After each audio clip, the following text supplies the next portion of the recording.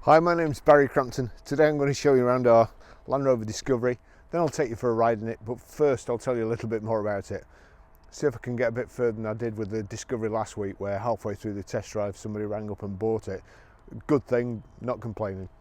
It's a Discovery 4 3 litre SD V6 HSE, 2012 on a 62 plate, very low mileage at 48,255 with a full service history. Fuel economy: urban 28.8 miles per gallon, extra urban 34.9 miles per gallon, and combined is 32.1 miles per gallon. 0 to 60 time of 8.8 seconds, top speed of 112 miles per hour out of a 255 brake horsepower 6-cylinder 24 valve engine. So lovely car this. The last owner has owned it from being 6 months old and really looked after it. Good colour combination, Stornoway grey with black leather. The Land Rover badges are kind of grey as well. Kind of looks like a shadow effect on the bonnet there. Really nice. Xenon headlamps, high pressure headlamp wash, fog lamps. You've got the parking sensors in the bumper there. You've also got your plastic wheel arch extensions and the Land Rover vents on the side there. Multi-spoke alloy wheels, Goodyear Wranglers all round, power folding door mirrors, and we've also got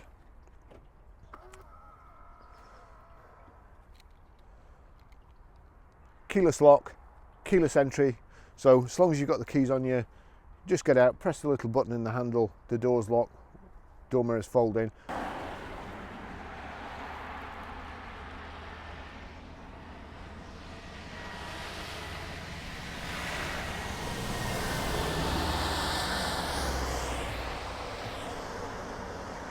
Every time one of those goes by, it showers the car and me with muddy water. Anyway, there you go, let's get on with it. So when you come back to the car, just put your fingers behind the door handle and pull it open, and as I say, as long as you've got the keys on you, it'll just open up. It's got the 3 sunroofs, really good accessory. Makes the interior completely different when you sat in it, especially when you're sat in the back, and the 6 and 7 seats as well.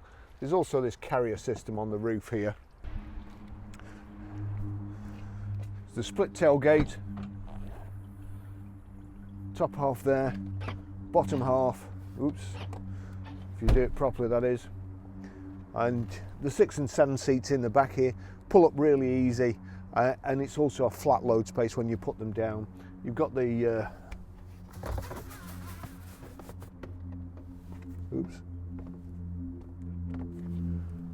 roller blind load cover there too. So plenty of room. So you can perhaps see the sunroof over the rear seats as well. It is a really good option. Rear wash wipe, reversing sensors. It's got a plastic cover over the rear bumper so you don't scuff it when your dogs get in and out or whatever. And then of course, again, manufacturers spend millions and millions of pounds putting these things in wind tunnels, making them aerodynamic, and then somebody sticks 2 big pieces of angle iron and a tow ball on the back there. I would have thought in this day and age they'd at least have tried to kind of streamline tow bars or put a cowling on them like they do with roof boxes, but perhaps we'll see that soon.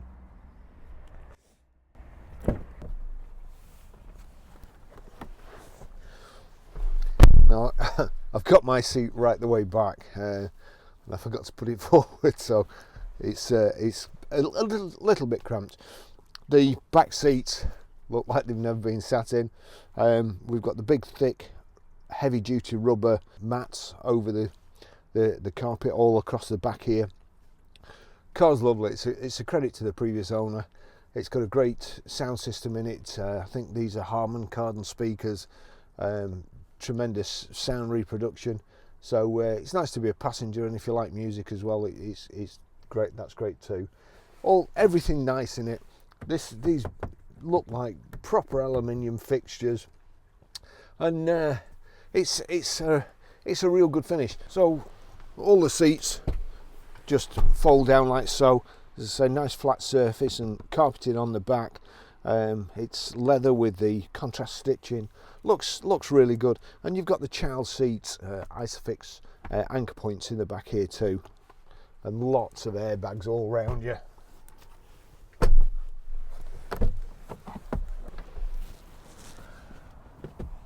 Okay, I'll just take you for a ride and get the heating on before I freeze to death.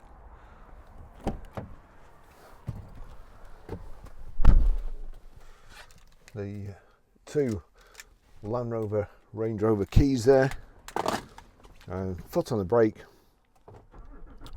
keyless go.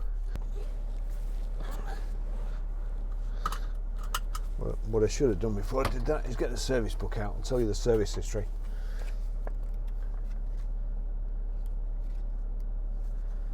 There we go. 5th of the 9th, let's turn that down, a bit noisy.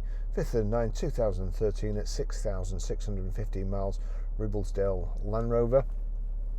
Then 28th of the 8th, 2014 at 14,336, Ribblesdale Land Rover. 8th of the 9th, 2015 at 20,751, Ribblesdale Land Rover. And you'll see on that side it's the service, and on that side it's the body repairs required, the anti-corrosion warranty inspection report. That's been stamped there by Ribblesdale Land Rover. Now on the next page, I don't know who to blame, Ribblesdale or Cornmill Garage, but anyway, 7th of the 9th, 2016 at 27,378 miles, Ribblesdale Land Rover. And you'll see there they've not stamped the anti-corrosion warranty inspection report, which then allowed Cornmill Garage to service the vehicle and stamp it in there, because they don't know, you know, probably weren't used to the Land Rover service books. But also they forgot to put the mileage in. Now it was 32,856, but we only found that out by yesterday ringing him about 3 times. He said he'd ring us back and sort it out. He didn't, but fortunately it was MOT'd on the same day, so we've got the mileage off the MOT certificate. But this chap, the previous owner of this car, must have liked the service there, because next time they've gone on to get it in the right place at on the 26th of 9th, 2018, 37,793 miles, and it had rear disc and pads as well there. That was at Cornmill Garage. Then 12th of 9th, 2019, 41,675 miles, Cornmill Garage again. And here we go, 17th of the 8th, 2020, 47,046 at Cornmill Garage. So obviously Cornmill there and Ribblesdale both at fault for us not stamping in the right place, but I'm afraid that's what we get. We check we do our best to check all the service history, just make sure it is correct and it has been done, and nobody's just bought themselves a stamp. Having said that, looking at this car, it's been owned by the same guy from 6 months old. It's really nice. It's nice outside, it's nice inside, and it's got a service history. You kind of know that it's going to that the service book's going to be genuine as well. But I still always prefer to see a service book than digital service history, because in my opinion that's crazy. So you've got 3-position memory seats as well, so they're electric here, and you can that's as far as it'll go down and back, and then you can set the steering wheel like so, height and reach adjustable, all electric. Set your door mirrors, and then if you just click memory and then whatever position you want to be, 1, 2 or 3, then if you then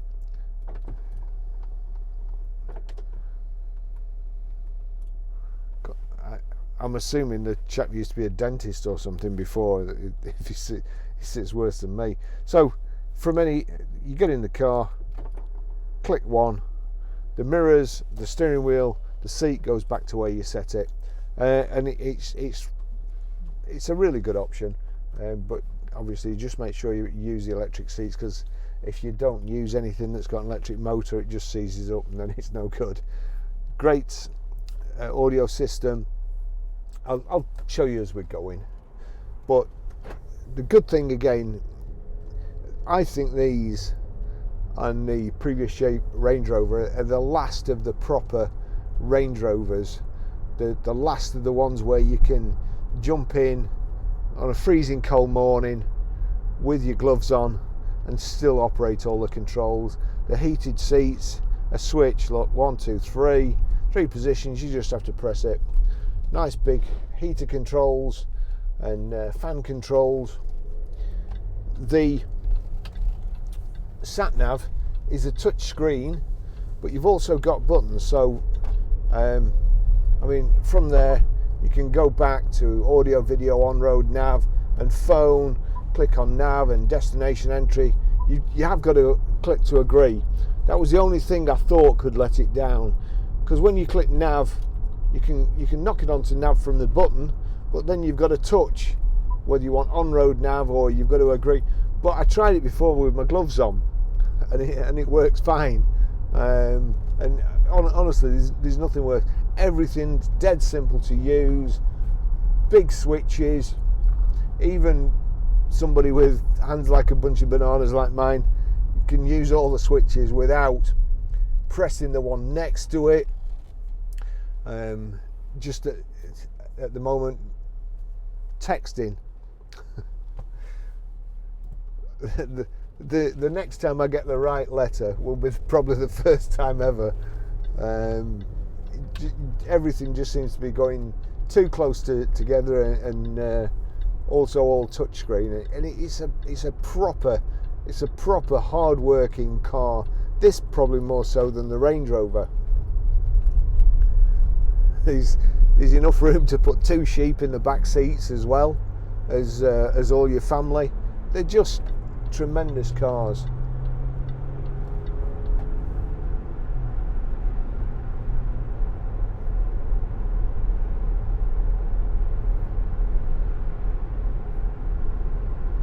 Very quiet, no vibrations from the steering wheel. It's got the rotary gear selector, which I like. You just press down and turn across, that puts it in sport, holds you in gear as long as possible before changing, and in drive it changes as quick as possible to get you into the most economical gear. All your terrain response controls there, and 2 power sockets, and there are some, especially Japanese ones. Part of me thinks they're good and part of me thinks they're not. They've got a little clip over the top, and you're trying to get a flipping cigarette or a power socket in, and the clip's flying back. With a Range Rover and Land Rover, you take that out, put it wherever you want, no problems. It's just everything is so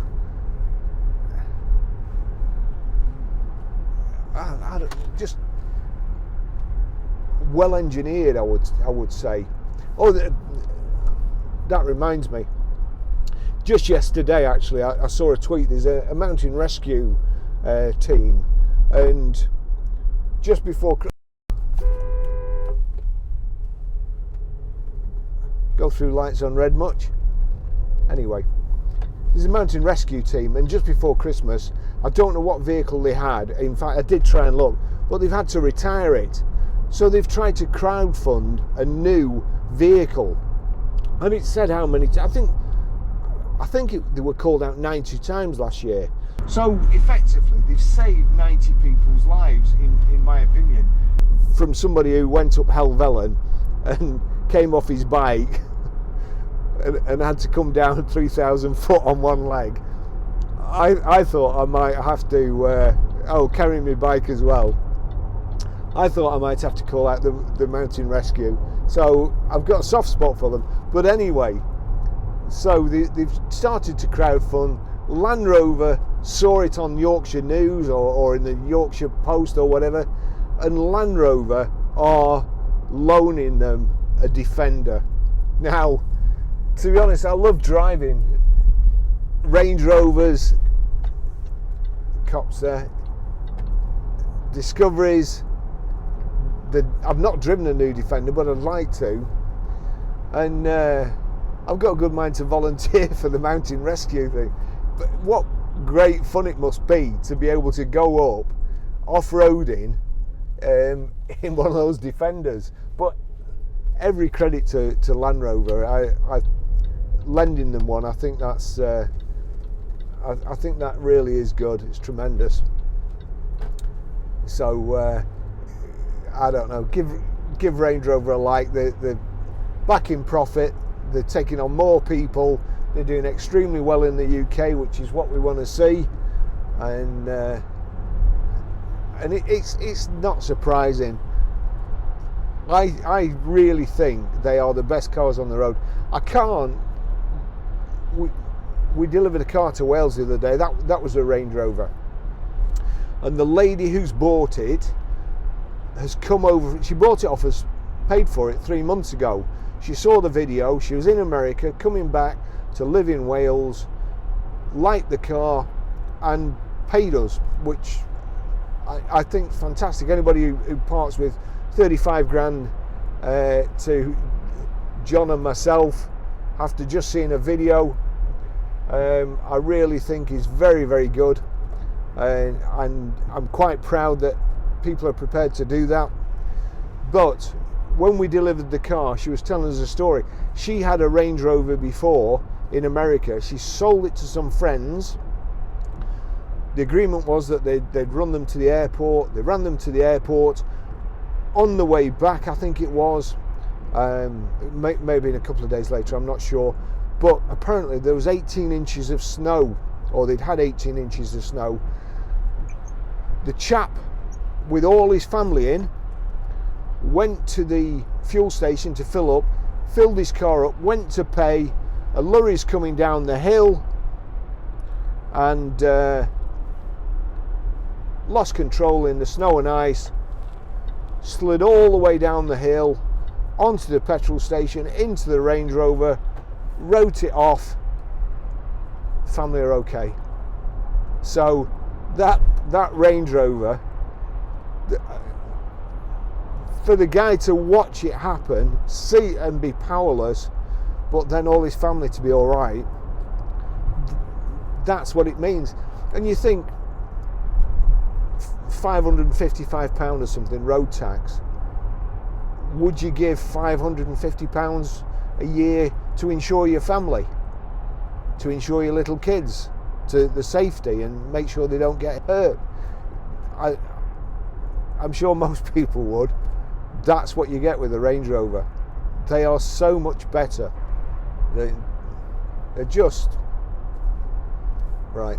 Back to the car. So as I say, we had power folding door mirrors, we've got high pressure headlamp wash, electric windows, that's that's global lock-in and global unlock, your 3-position memories, electric seats, heated seats, which are really good, your climate control, rotary gear selector, 2 cup holders, your handbrake, and now, I did have a chap come and go out for a drive in a Range Rover that we have, and he thought I'm always going on about you glide over bumps, and perhaps I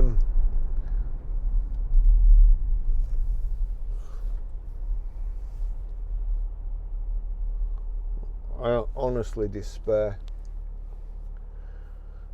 When the lights changed, by the time they'd driven to the lights to go through them, they'd have changed again.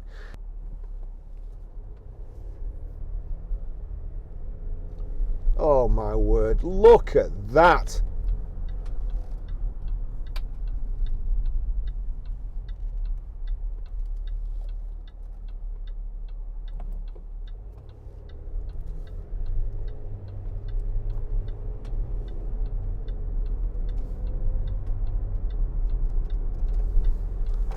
Well, this roundabout here attracts the worst drivers in the world. There must be a magnetic field or like 100 5G aerials or something, but every time you come here you never fail to be amazed by the appalling standard of driving.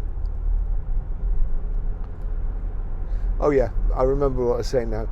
So I always say it just smooths out the bumps, and the chap was disappointed in the drive. He said he could still feel the bumps. Well, you can. I suppose what I should say, instead of it irons out the bumps, what I should have said, my fault totally, it irons out the bumps better than virtually any other car with the air suspension. But you can still feel the bumps. If you couldn't, and it ironed out all the bumps, then every time you went, well, it would corner like a drunken camel on roller skates. You've got to have some connection between you and the road. But this is as good as you're going to get. There's a car. Let's have a look. There's a Discovery in front. Let's just watch it. He's going fairly slow, but just watch it.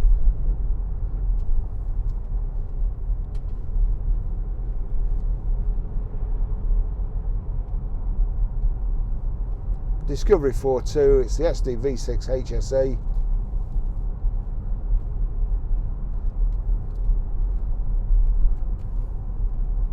He's not a big fan of staying between the lines, but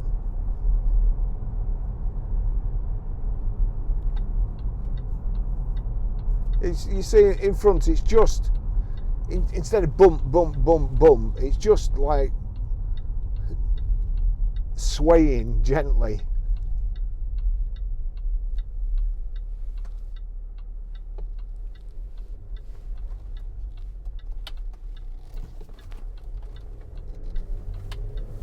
Actually, we'll go a bit, just watch him a bit more, because this road is awful, and we'll see from the cameras. You'll see there's a real bad like pothole here. Let's just see him go over it. There you go. He's gone over it. Couple of little bumps, and then it's right.